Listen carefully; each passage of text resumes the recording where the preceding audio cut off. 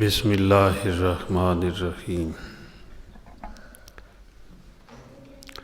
نحمدہ ونصلی علی رسولہ الکریم وعلی آلہ وصحابہ وآل بیتہ اجمعین اما بعد فاعوذ باللہ من الشیطان الرجیم بسم اللہ الرحمن الرحیم یا ایہا الذین آمنوا اتقوا اللہ وکونوا مع الصادقین وقال النبی صلی اللہ علیہ وسلم لا تصاحب الا مؤمنا لا تأکل طعامک الا تقی او کما قال رسول اللہ صلی اللہ علیہ وسلم۔ کھانے پینے کی گل اللہ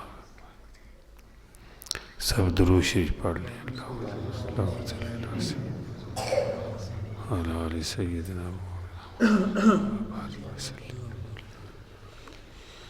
اللہ اکبر رب زدنی اللہم زدنی علما و ایمانا و یقینا اللہم افتح حکمتک وانشر علینا رحمتک یا ذا الجلال والاکرام۔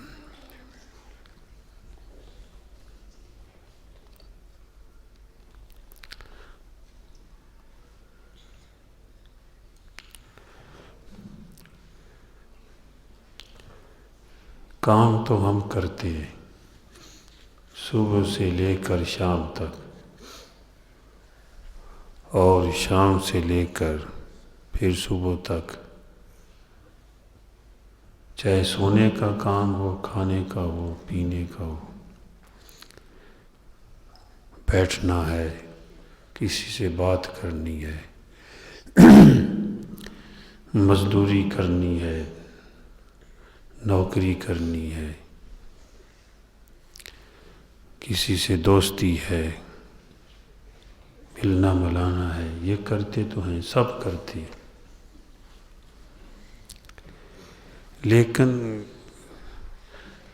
آدمی بیٹھ کر سوچے کسی وقت کہ میں نے آج اللہ کے لیے کیا کیا ہے۔ صبح سے لے کر شام تک آج میں گیا، فلاں جگہ پہ گیا، گھر میں گیا، باہر گیا، ڈیرے پہ گیا، اللہ کے لیے آج کون سا کام کیا ہے؟ اگر کیا ہے تو الحمدللہ اس پہ شکر ادا کیا جائے، اگر نہیں کیا تو استغفار کی جائے، آئندہ کے لیے ارادہ کیا جائے کہ آئندہ زندگی میں اللہ کے لیے کام کرنا ہے۔ بس مومن کی نیت بدل جائے تو اس کا ہر کام عبادت بن سکتا ہے۔ اب آپ یہاں بیٹھے ہیں، میں بیٹھا ہوں، اگر اللہ کے لیے بیٹھیں گے یہ سوچ کر کہ مولا آپ کی رضا کے لیے آپ کے گھر میں بیٹھے ہیں اور آپ کی رضا کے لیے دین کی بات سن رہے ہیں، اور آپ کی رضا کے لیے ہم سنا رہے ہیں، تو اگر اللہ کے لیے کام کریں گے تو اللہ پاک چاہے تو چھوٹی بھی نیکی ہوئی، تھوڑا بھی کام ہوا، رمٹھا کر جائے، تھوڑا بھی کام ہوا، چھوٹی نیکی ہوئی، دینے والے اللہ ہیں، بہت کچھ عطا کریں گے۔ کل قیامت کے دن چھوٹی چھوٹی نیکیوں پر اللہ پاک لوگوں کو معاف فرما دیں گے، بہانے بہانے سے معافی کا اعلان ہو جائے گا۔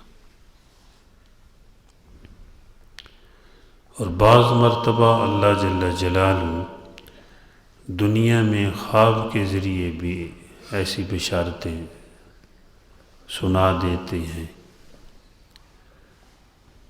لوگوں تک پہنچا دیتے ہیں۔ جیسے امام غزالی رحمۃ اللہ علیہ کی وفات کے بعد کسی نے دیکھا، آپ کی زیارت کی، پوچھا کہ حضرت اللہ کے یہاں کیا گزری، کیسی گزری؟ تو فرمایا کہ اللہ جل جلالہ کے یہاں پیشگی ہوئی۔ اللہ پاک نے پوچھا کہ میرے لیے کیا کر کے آئے ہو غزالی؟ میں نے کام بتایا، لیکن ایسی آگے سے جواب آیا کہ مشکل ہے بخشش، کہ یہ بھی کیا ہے، تبلیغ بھی کی ہے، تالیف بھی کی ہے، تصنیف بھی بڑی کی ہے، لیکن جواب ایسا ملا کہ بخشش جو ہے وہ اس کی نظر آ رہی تھی مشکل ہے، پریشان ہوا۔ تو اللہ پاک نے فرمایا کہ گھبراؤ نہیں، ایک نیکی ہے آپ کی ہمارے پاس، اس کی برکت سے میں معاف کرتا ہوں آپ کو۔ وہ نیکی کیا ہے کہ ایک دن آپ کتاب لکھ رہے تھے، کوئی مسئلہ لکھ رہے تھے، دین کی کتاب لکھ رہے تھے، تو آپ نے اپنا قلم دوات میں ڈالا، سیاہی لگائی، اور پھر جب لکھنے لگے تو مکھی بیٹھ گئی، آپ کے قلم پر سیاہی چوسنے لگی۔ تو آپ نے سوچا کہ پتہ نہیں بھوکی ہوگی، پیاسی ہوگی، چلو یہ پی لے، میں پھر لکھ لوں گا۔ تو آپ تھوڑا ٹھہر گئے، جب وہ سیاہی پی کر اڑ گئی تو پھر آپ نے لکھا، اے غزالی، آپ نے میری ایک حقیر مخلوق پہ، ایک حقیر مخلوق پر رحم کیا، میں آپ پر رحم کرتا ہوں، آپ کو معاف کرتا ہوں۔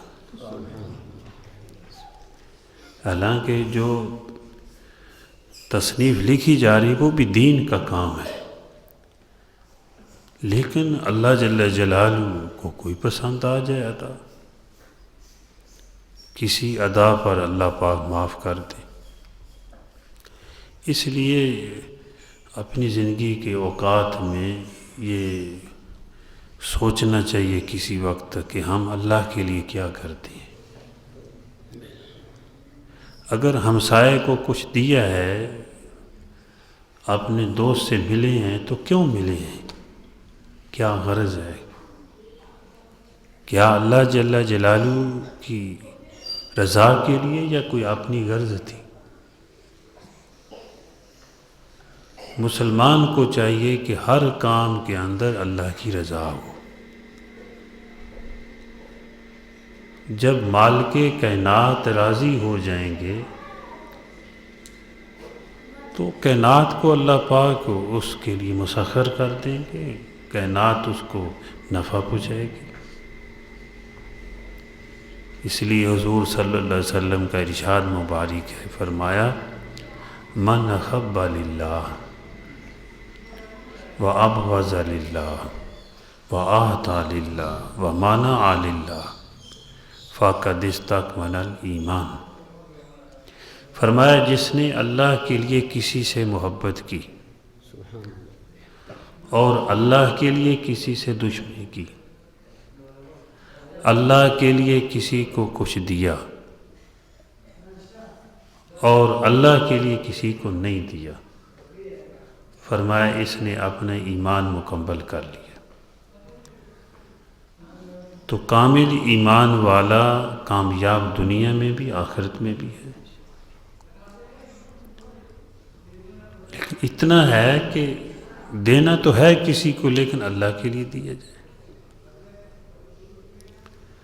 کھلانا تو ہے کسی کو، اللہ کے لیے کھلایا جائے۔ کام اللہ بنائیں گے۔ جب اللہ جل جلالہ کسی کا کام بناتے ہیں تو زمین آسمان اس کی مدد کرنے پہ مجبور ہو جاتے ہیں، اس کے کام بنتے چلے جاتے ہیں۔ لیکن انسان کو چاہیے، مسلمان کو چاہیے، ایک مومن کو چاہیے کہ وہ ہر کام اللہ کے لیے کرے۔ چاہے کسی کو مسئلہ بتانا ہے، سنانا ہے، سننا ہے، کسی کے پاس جانا ہے، اللہ کے لیے ہو۔ اس پر اللہ پاک راضی ہوتے ہیں، اللہ پاک محبت فرماتے ہیں۔ ایک آدمی اپنے کسی بھائی دوست کو ملنے کے لیے جا رہا تھا،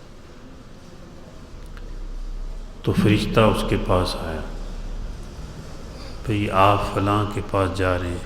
ہاں کہاں جا رہے ہیں جی؟ فلاں اپنے دوست کو ملنے کے لیے۔ کیوں جا رہے ہیں؟ یہ محبت کیوں ہے جی؟ اللہ کے لیے۔ تو فرمایا جس طرح تو اپنے دوست سے محبت رکھتا ہے، اللہ پاک تو اس سے محبت فرماتے ہیں۔ تو اللہ کے لیے کسی سے دوستی ہوگی، اللہ پاک اس پر بھی رحمت نازل فرمائے، اس کو اپنا دوست بنا لیں گے۔ بلکہ آپ نے فرمایا لا تصاحب الا مومنا، کسی سے دوستی نہ کرو صرف مومن کے ساتھ، ایمان والوں کے ساتھ دوستی ہو۔ لوگ دوست بناتے ہیں، کیوں؟ آدمی دوست کے دین پہ ہوتا ہے۔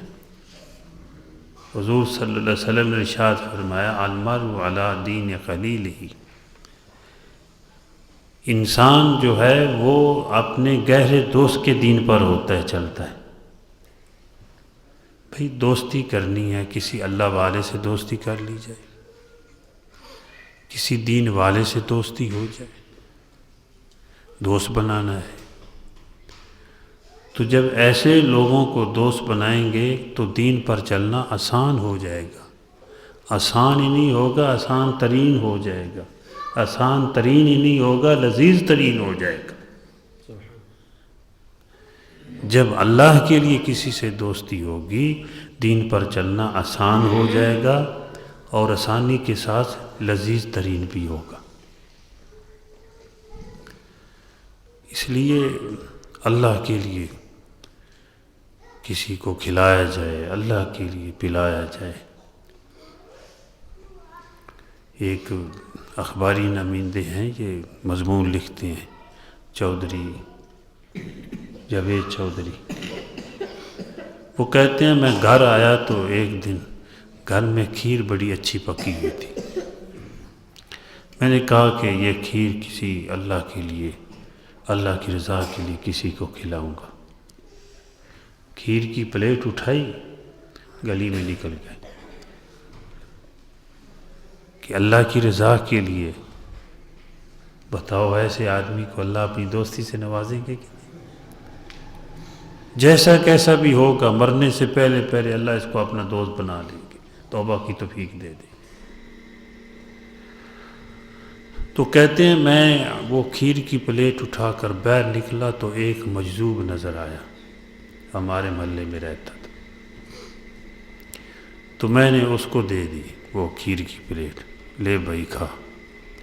وہ کھا رہا ہے اور کہہ رہا ہے اس سے اخلاص کی خوشبو آ رہی ہے، اس سے اخلاص کی خوشبو آ رہی ہے۔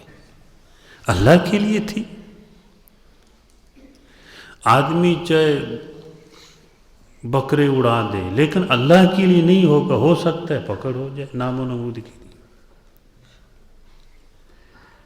لیکن اللہ پاک عطا کریں تو بڑا محبوب عمل ہے، بڑا محمود عمل ہے کہ لوگوں کو کھانا کھلایا جائے۔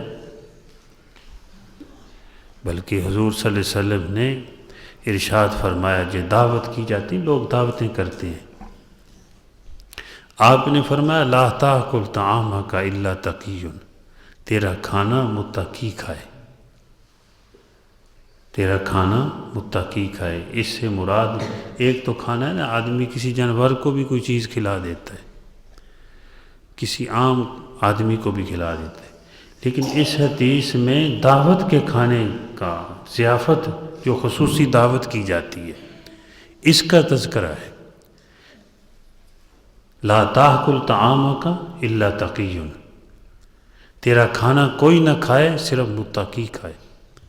مطلب کیا ہے اس کا؟ یعنی یہ ضیافت کا کھانا ہے، دعوت کا کھانا ہے۔ اس کا مطلب یہ ہے تیرے گھر میں کوئی داخل نہ ہو، صرف متقی آئے۔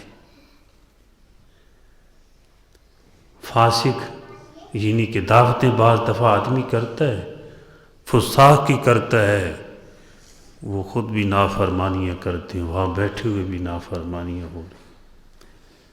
لیکن حضور صلی اللہ علیہ وسلم نے اپنی امت کو اہل تقوی کے ساتھ جوڑا ہے۔ جہاں اللہ لگ جائے وہاں بچتی کچھ نہیں۔ فرمایا لا تاکل طعامک، تیرا کھانا کوئی نہ کھائے۔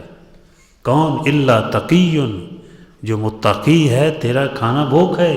مطلب کہ تیرے گھر میں دعوت ہو تو اہل تقوی کی ہو، میرے اللہ کے دوستوں کی دعوت ہو۔ اگر فساق کھائیں گے تو دنیا میں فساد برپا کریں گے۔ ایسا ہے، کھا کر کیا کریں گے؟ لیکن اہل تقوی جب تیرے گھر میں آئیں گے دعائیں پڑھتے ہوئے آئیں گے اور سنت طریقے سے آئیں گے اور تیرے لیے دعائیں کرتے آئیں گے،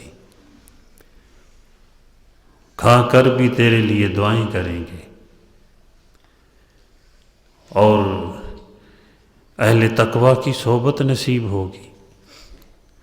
ایک گھڑی نیک لوگوں کے پاس بیٹھ جانا 100 سال بے ریا عبادت سے افضل ہے۔ اس کو علماء نے، فقہاء نے بھی مانا ہے۔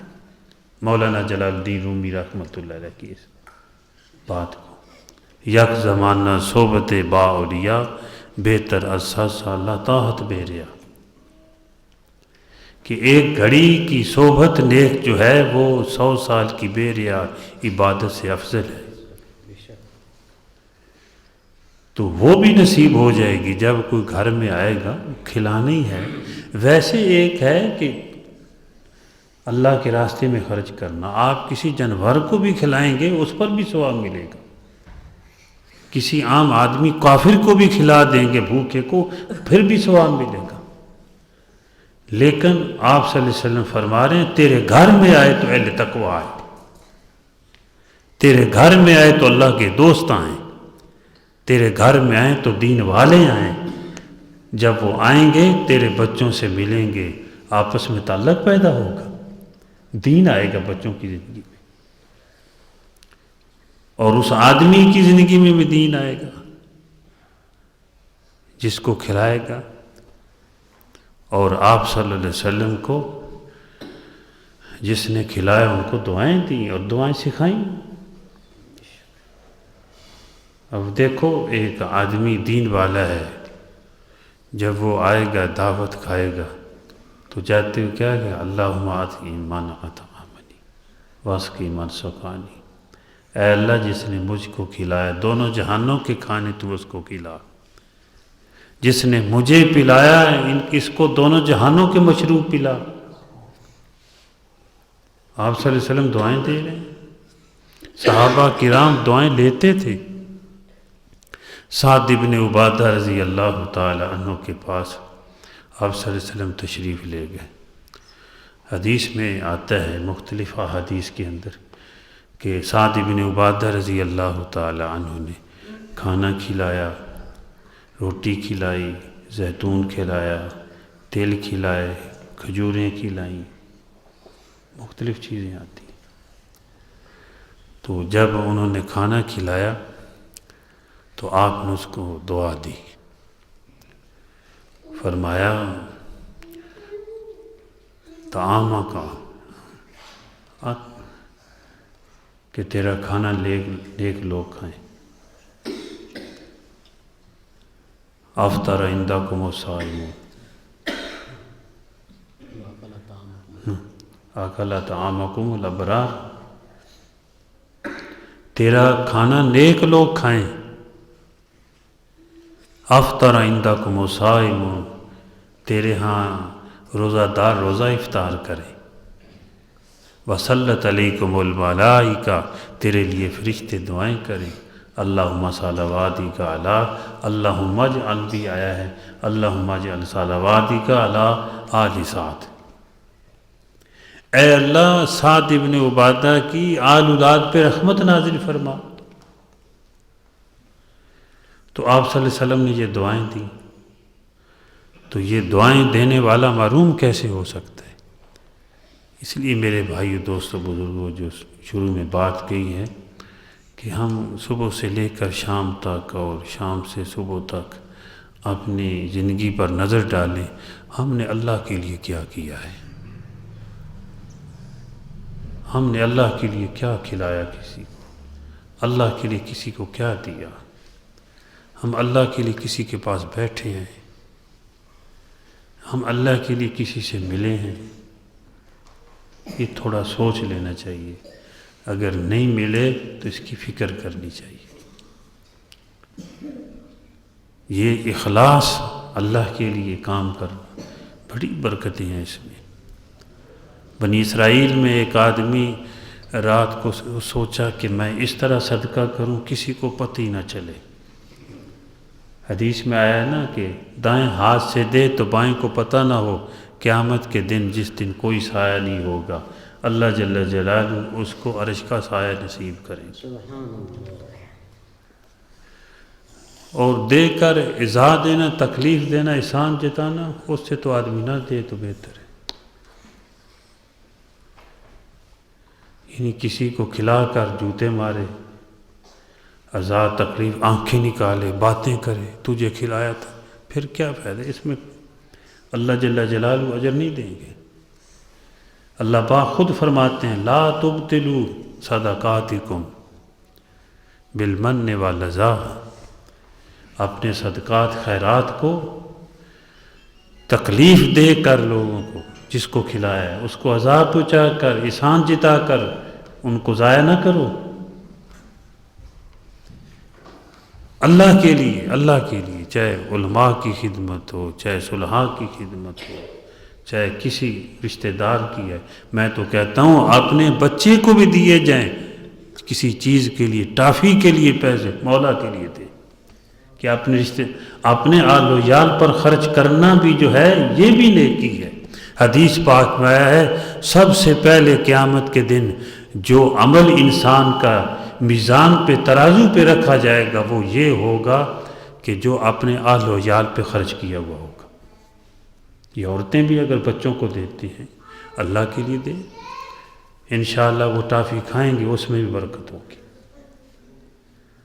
کیونکہ پیسہ دینا ہے اللہ کے لیے، ساتھ نصیحت کریں فلاں چیز کا کوئی غلط کام نہ کریں، بتاتے رہے، کہتے رہے، لیکن اللہ کے لیے دیں. تو رات کو جو ہے وہ نکلے بنی اسرائیل میں آدمی جو تھا، تو کسی کو میں صدقہ دے دوں. تو جا رہے تھے، وہ راستے میں کوئی کسی کو اندھیرے میں پکڑا دی. صبح پتہ چلا وہ تو کوئی فحشہ عورت تھی، اس کو دے کے کوئی صدقہ چلا گیا. پریشان ہوا کہ یہ صدقہ تو میں نے دینا تھا اللہ کے لیے، یہ صحیح جگہ پہ نہیں گیا، فحشہ عورت کو دے دیا. دوسرے دن پھر رات کو نکلا کہ آج اللہ کے لیے دے کر آؤں. نکلا تو کسی اور آدمی کو دے دیا. تو صبح پتہ چلا کہ اس نے تو چور کو صدقہ دے دیا. اور تیسرے پھر صبح جی کسی نے چور کو صدقہ دے دیا. وہ اس کو پتہ چلا، اس نے کہا پھر صحیح آدمی تک تو نہیں پہنچا. تیسرے دن رات کو جو ہے پھر نکلا اور صدقہ دیا. تو صبح پتہ چلا کوئی امیر آدمی تھا، اس کو کوئی صدقہ پکڑا کے چلا گیا، کوئی پیسے دے کے چلا گیا. وہ پتہ چل گیا، افسوس لگا کہ میں جس طرح دینا چاہیے تھا وہاں آدمی تک پہنچا نہیں. اس کا مطلب یہ تھا کسی اچھے آدمی تک، ضرورت مند تک پہنچ جائے. یہ ذہن میں ایک فکر لگی اور پریشان ہوا۔ اگر آدمی صدقہ کر دے، صحیح جگہ نہ بھی لگے، مسئلہ یہ ہے اللہ ثواب دے دیں گے، لیکن دے دینا مستحب ہے دوبارہ۔ تو پھر وہ اس کو نیند آئی، پریشان ہوا، تو دیکھا تو خواب میں کوئی کہہ رہا ہے، اللہ کی طرف سے آواز آئی کہ تیرے سارے صدقے قبول ہو گئے، تو نے صدقہ دیا تھا فحشہ عورت کو، تو وہ گناہ کرنے کے لیے جا رہی تھی، تو اس نے کہا پیسوں کے لیے جانا ہے، اللہ نے پیسے دے دیے، اس نے توبہ کر لی ہے۔ دیکھو اخلاص سے دیا ہوا، اپنا فائدہ بھی دوسرے کا بھی۔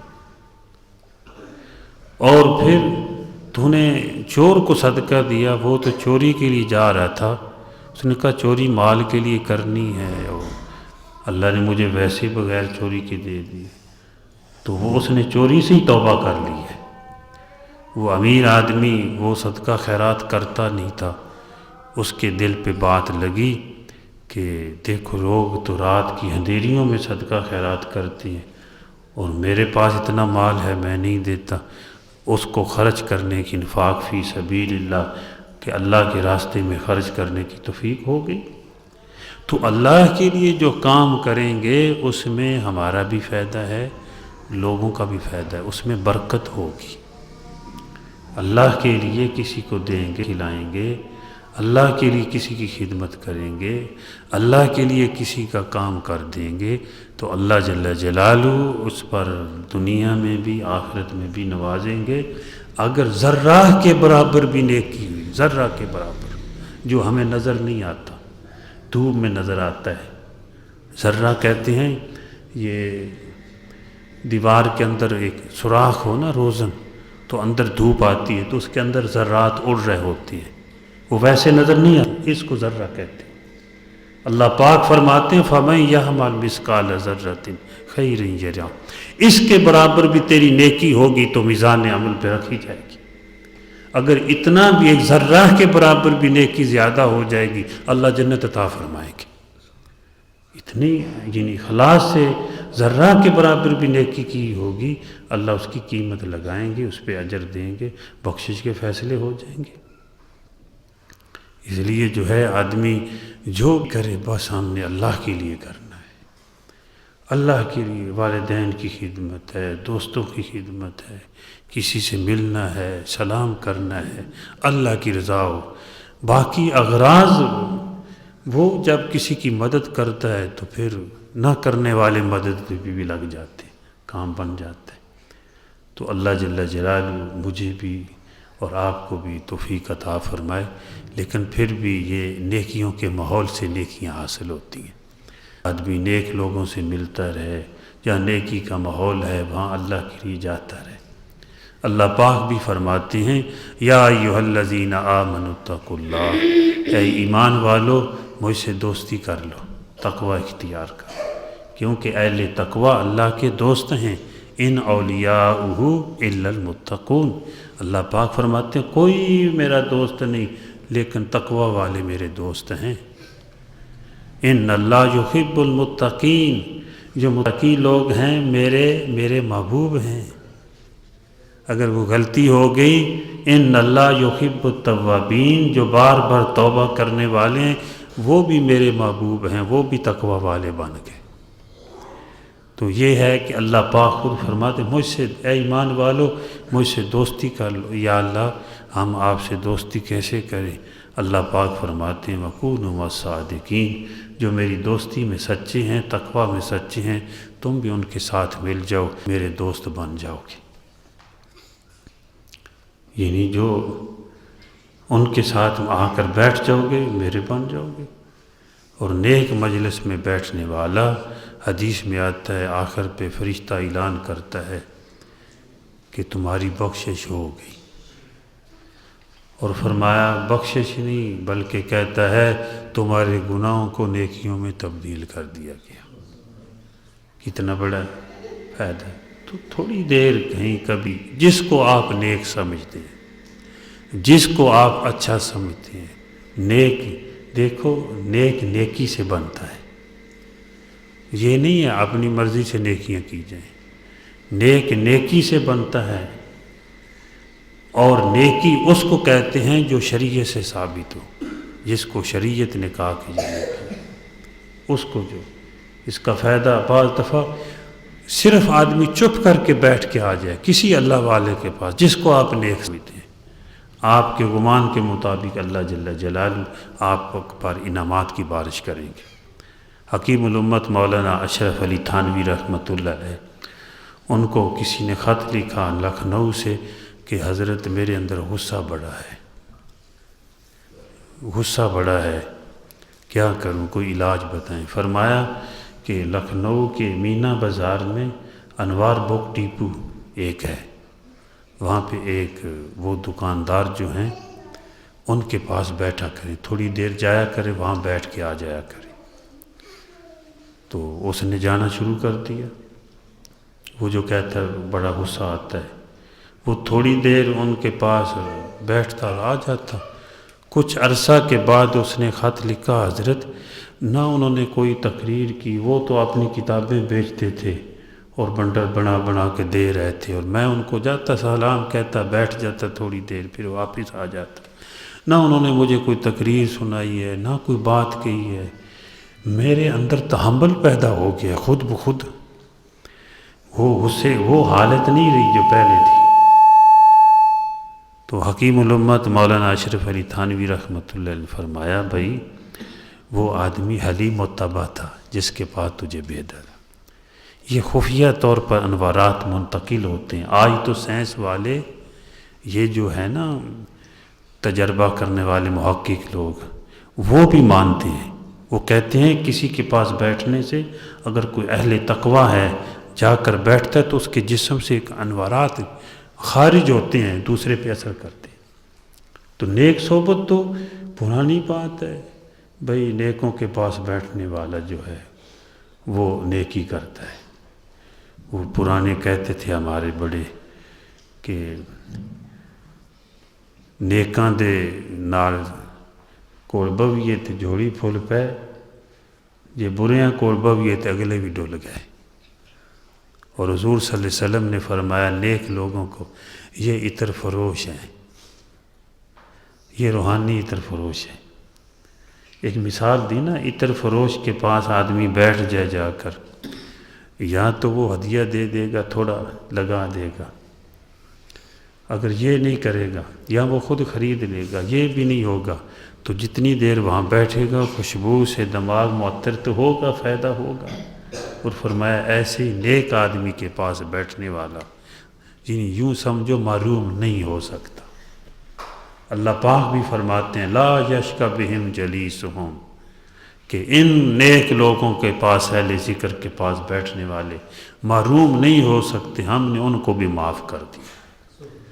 تو اس لیے میرے بھائیو دوستو بزرگوں، جیسے زندگی کے اور کام ہیں، ملنا ملانا ہے، رشتہ داروں کے پاس جانا ہے، دوستوں سے ملتے ہیں، کسی نیک آدمی کو اپنا دوست بنا لیں، کسی کا انتخاب کر لیں کہ فلاں آدمی نیک ہے، اچھا ہے، اس کے پاس جانا ہے، اللہ کے لیے ان کو سلام کر لیں، ان کے پاس تھوڑی دیر بیٹھیں، آ جائیں، کیا کرنے کے لیے؟ بس بھائی ویسے زیارت کے لیے آیا تھا۔ اس پر فضائل ہیں باقاعدہ۔ اللہ جل جلالہ مجھے بھی اور آپ کو بھی بلکہ پوری دنیا کے مسلمانوں کو عمل کی توفیق عطا فرمائے۔ اللہ ہمیں نیک لوگوں کے ساتھ جوڑے رکھے، نیکی کے ماحول کے ساتھ ہمارا تعلق ہو، جب دنیا سے جائیں تو میدان حشر میں بھی اللہ نیکیوں کا ساتھ نصیب، نیکوں کا ساتھ نصیب فرمائے۔ اور حضور صلی اللہ علیہ وسلم نے بھی فرمایا المرء مع من احب، جس سے تو محبت کرتا ہے کل قیامت کے دن تو اسی کے ساتھ ہوگا۔ تو جب نیکوں کے ساتھ ہوں گے تو جنت بھی ملے گی، وہ جنت ان کو اللہ پاک عطا فرمائیں۔ بلکہ جنت میں جانے سے پہلے اللہ فرماتے ہیں، اللہ جل جلالہ فادخلی فی عبادی، پہلے میرے دوستوں سے مل لو، میرے بندوں سے ملو، پھر جنت میں وادخلی جنتی، پہلے پھر فرمایا پھر جنت میں جاؤ، پہلے فرمایا۔ تو علماء فرماتے ہیں کہ اللہ کے دوستوں کی صحبت جنت سے بھی افضل ہے، کیونکہ اللہ پاک نے اس کو مقدم بیان فرمایا۔ اللہ نے جنت کو اپنے دوستوں کے لیے بنایا ہے۔ امام شافعی رحمۃ اللہ علیہ فرماتے ہیں جب سے مجھے پتہ چلا کہ جنت میں دوستوں سے ملاقات ہوگی، فرمایا جنت کا شوق ہی بڑھ گیا ہے اس دن سے۔ اللہ پاک مجھے بھی آپ کو سب کو عمل کی توفیق عطا فرمائے، حضور صلی اللہ علیہ وسلم کی تعلیمات کے مطابق زندگی گزارنے کی توفیق عطا فرمائے۔ الحمدللہ رب العالمین والصلاة والسلام علی سید المرسلین۔ اللہم انت السلام و